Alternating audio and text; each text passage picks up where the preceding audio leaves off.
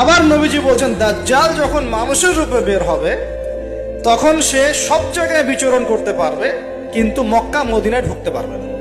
সলফে সালেহিন তারা বলছেন দাজ্জাল সব জায়গায় ভ্রমণ করবে, এটা এও ব্যাখ্যা হতে পারে সে নিজে সব জায়গায় যাবে না, বরং তার অনুসারীরা বিভিন্ন জায়গায় আধিপত্য বিস্তার করবে। ব্যাখ্যা যৌক্তিক, তো যৌক্তিক ব্যাখ্যা। এরপরে যখন সে মদিনায় ঢুকতে পারবে না, দেখবে যে এখানে ফেরেশতারা একদম খোলা তরবারি হাতে দাঁড়া আছে, ঢুকতে পারবে না, তখন সে মদিনার কাছাকাছি একটা জায়গায় বসতি গাড়বে, গেড়ে তার অনুসারীদেরকে আহ্বান করবে। কিভাবে? সে আল্লাহ পাক তো তাকে কিছু ক্ষমতা দিবেন পরীক্ষা করার জন্য। সে 3 বার ভূমিতে আঘাত করবে, এতে করে ভূমি কেঁপে উঠবে, এবং এই ভূমিকম্পে মদিনা থেকে যত মোনাফেক টাইপের যত মানুষ আছে সব দৌড় দিয়ে দাজ্জালের দলে যোগ দিবে। তার মানে ওই সময় ভূমিকম্প আসবে। আর কি, এবার নবী সাল্লাল্লাহু আলাইহি ওয়াসাল্লাম বুখারীর এক হাদিসে বলছেন, আবু হুরায়রা রাদিয়াল্লাহু আনহু থেকে বলছেন, তিনি বলছেন যে লা তাকুমু সাআ, কিয়ামত ততদিন পর্যন্ত হবে না। এই হাদিস দুটো একটু মনোযোগ দিয়ে শুনুন। কিয়ামত ততদিন পর্যন্ত হবে না যতদিন পর্যন্ত না ইউকবাদুল ইলম, জ্ঞানটাকে উঠিয়ে নেওয়া হয়। জ্ঞান কি হয়? উঠিয়ে নেওয়া হয়। নবী আরো বলছেন ইউকবাদুল ইলম ওয়া তাকসুরু জালাজিল, এবং বেশি বেশি ভূমিকম্প না হচ্ছে। 2 নম্বর কি? বেশি বেশি ভূমিকম্প না হচ্ছে। ওয়া ইয়াতাকারাবু জামান, এবং সময় কাছাকাছি চলে না আসছে। এই জায়গায় আমি একটু স্টাডি করতে গিয়ে একটা অদ্ভুত জিনিস দেখলাম, যে একটা রিসার্চ বলছে, সায়েন্সের রিসার্চ বলছে যে প্রতিটা ভূমিকম্পে পৃথিবীর গতির মধ্যে একটা পরিবর্তন হয়। প্রতিটা ভূমিকম্পে পৃথিবীর গতির মধ্যে একটু একটু পরিবর্তন হয়, এবং সময় সংক্ষিপ্ত হয়ে আসে। সময় কি হয়?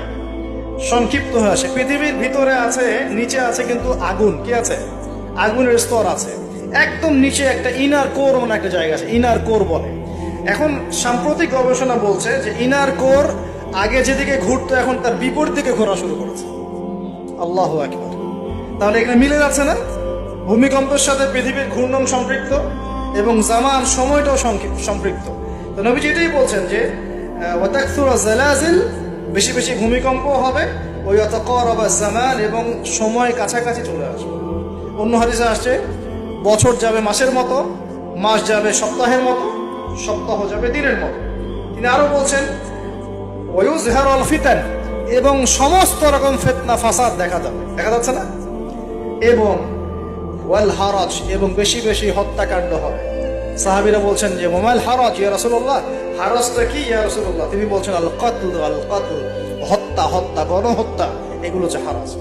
এবং তোমাদের ধন সম্পদ বাড়তে থাকবে, ফায়াফিদু, ধন সম্পদ উপচে পড়বে।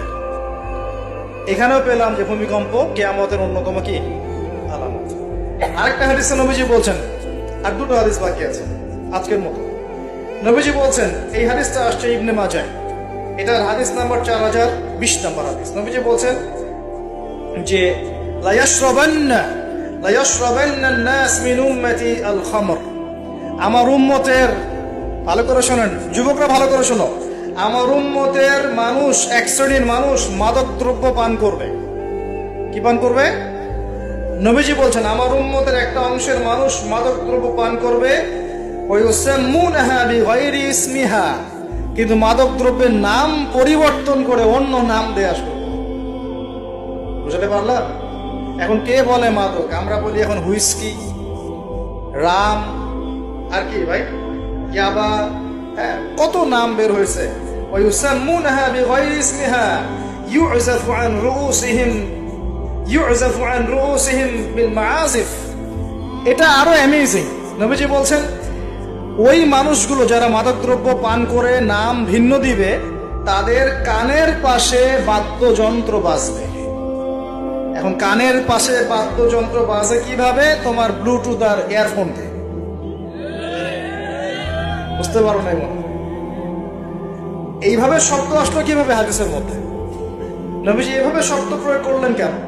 যে ওয়ায়ুযাফু আলা রুউসিহিম বিল মাআজিফ, তাদের মাথার পাশে, কানের পাশে বাদ্যযন্ত্র কেমন করে বাজবে? তোমার কানের ভিতরে ঢুকানো আছে বাদ্যযন্ত্র, আছে না?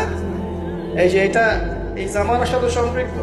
ওয়াল মুগান্নিয়াত মানে হচ্ছে ওই যে গায়িকা নর্তকী এবং তারা গায়িকা নর্তকীদেরকে নিয়ে সময় কাটাবে, আল্লাহ পাক তাদেরকে শাস্তি দিবেন কিভাবে? ইয়াখসিফুল্লাহু বিহিমুল আরদ, নাউযুবিল্লাহ। আল্লাহ পাক ওই মানুষগুলোকে সহ জমিনটাকে ধসিয়ে দিবে। কি কি পাপের কারণে? মাদক দ্রব্য খাওয়া এবং তার নাম ভিন্ন করে হালাল করে খাওয়া, আস্তাগফিরুল্লাহ। 2 নম্বর হচ্ছে বাদ্যযন্ত্র, কি কানের পাশে বাদ্যযন্ত্র প্লে করা, আর মুগান্নিয়াত মানে হচ্ছে নর্তকী গায়িকাদেরকে নাচানো। আল্লাহ পাক একটা শাস্তি দিবেন, ওদেরকে সহ ভূমি ধসিয়ে দিবেন। আরেকটা শাস্তি আছে, ওয়াজআলুল্লাহু মিনহুমুল কিরাদাতা ওয়াল খানাজির, আল্লাহ রাব্বুল আলামিন ওই মানুষগুলোকে বানর আর শুয়োর বানিয়ে দিবে। এগুলো কি মিথ্যা না সত্য? সাদাকাল্লাহুল আযীম ওয়া সাদাকা রাসূলুহুল কারীম। আল্লাহ পাক সত্য বলেছেন, তার রাসূল